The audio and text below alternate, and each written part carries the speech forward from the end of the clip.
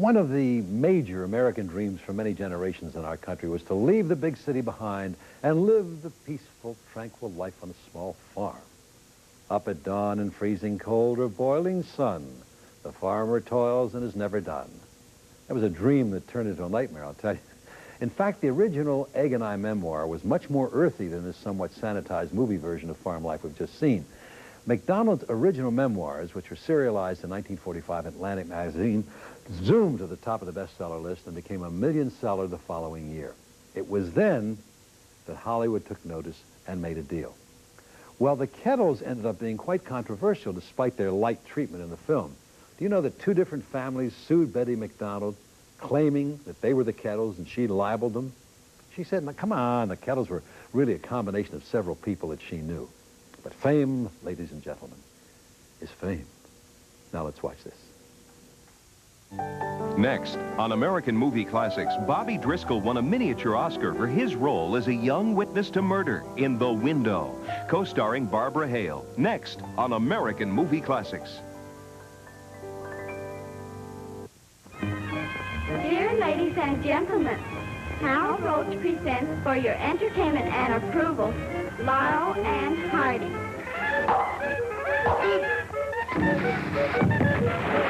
The legendary comedy duo that has delighted audiences for years. Half a year.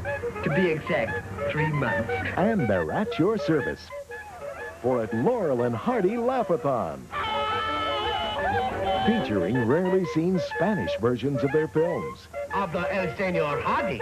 Don't miss the boys in 24 of their slapstick classics, including their Academy Award-winning short, The Music Box. So join Stan and Ollie for one fine mess after another. Here's another nice mess you've gotten me into. In the Laurel and Hardy Laugh-a-thon, Saturday, August 28th through Sunday the 29th, beginning at midnight Eastern on AMC. This is Al Jasbo Collins. Let's swing back with the Soundies on AMC. The year's 1945. Lloyd Nolan starred in the real-life drama taken straight from the FBI's files, The House on 92nd Street. On the lighter side, this Soundie from that year featured Jerry Sullivan singing a song she wrote with Maury Amsterdam, their thirst-quenching hit, Rum and Coca-Cola. It's springtime in the Rockies. Our forecast indicates bright stars and a south-of-the-border heat wave. It's all very clear to me. Expect only partial sun when a cold front sets in, and overnight lows bring a chance of showers mixed with ice and flurries. Your scientific approach to a woman's heart, it's just amazing, sir. Looking ahead, a storm system boosts temperatures to record-breaking highs, and sunny skies are predicted for springtime in the Rockies. Saturday on AMC. American Movie Classics introduces an irresistible new cable channel, Romance Classics. Escape with the greatest love stories ever told, from timeless Hollywood romances to engaging television series. All day, all night, commercial-free. Romance Classics, straight from the heart. Coming February 14th, 1994. Call your cable company today and ask for Romance Classics.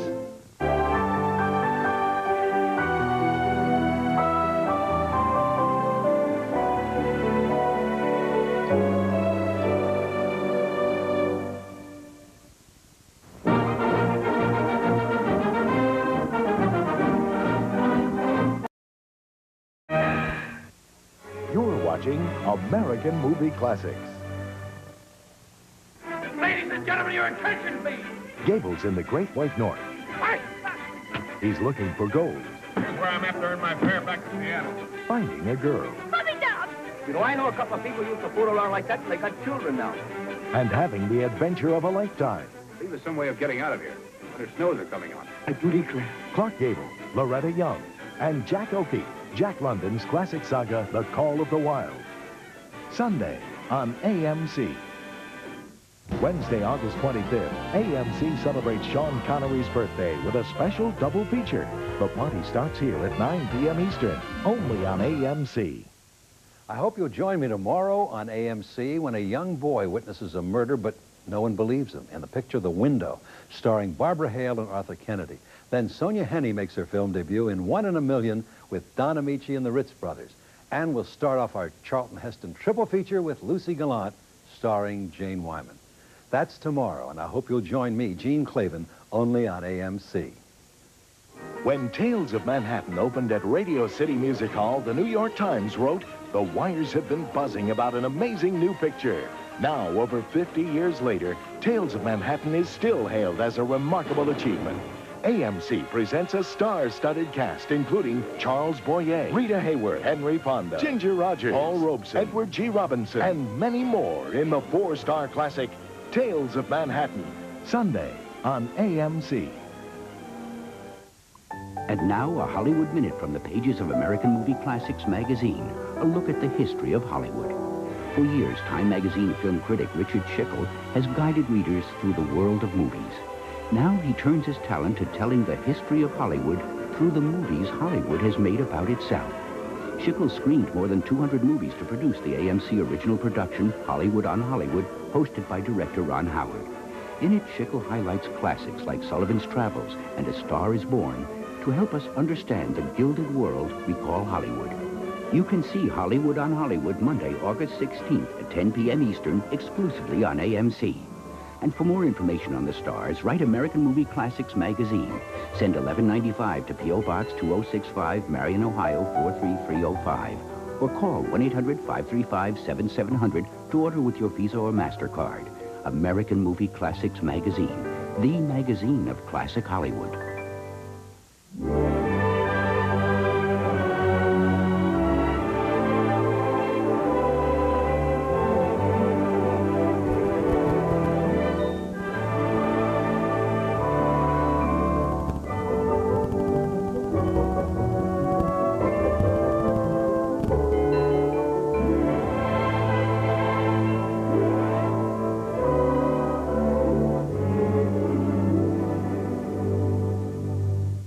AMC presents one of the most acclaimed actors of our time in 3 dazzling roles.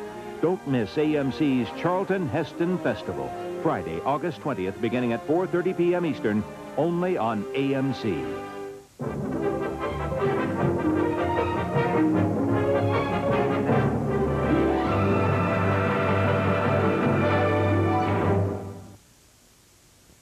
Remember that old story, The Boy Who Cried Wolf? Well, in that tradition, the movie we're about to see, The Window, is the story of a young boy who tells outrageous lies. And when he actually witnesses a murder, nobody will believe him.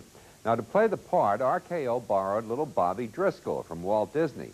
He was so believable in this film, and in Disney's So Dear to My Heart, too, that he was eventually given a special Oscar. That was in 1949 as Outstanding Juvenile Performer of that year. Top billing in this movie goes to an up-and-coming young actress by the name of Barbara Hale. Sound familiar? Regular leading lady back in the 40s who can still be seen as the faithful Della Street. If you see any of those Perry Mason reruns, she's still on television. The director of this film is an ex-cameraman, a man by the name of Ted Tetzlaff, who had a reputation for being able to make movies on time and always come in on the budget. This entire movie was shot in only 44 days, mostly on East 105th Street in New York. It was a condemned block at that time. So with that, here's Bobby Driscoll in a really suspenseful movie, I think you'll find, and Barbara Hale, of course, too. It's called The Window.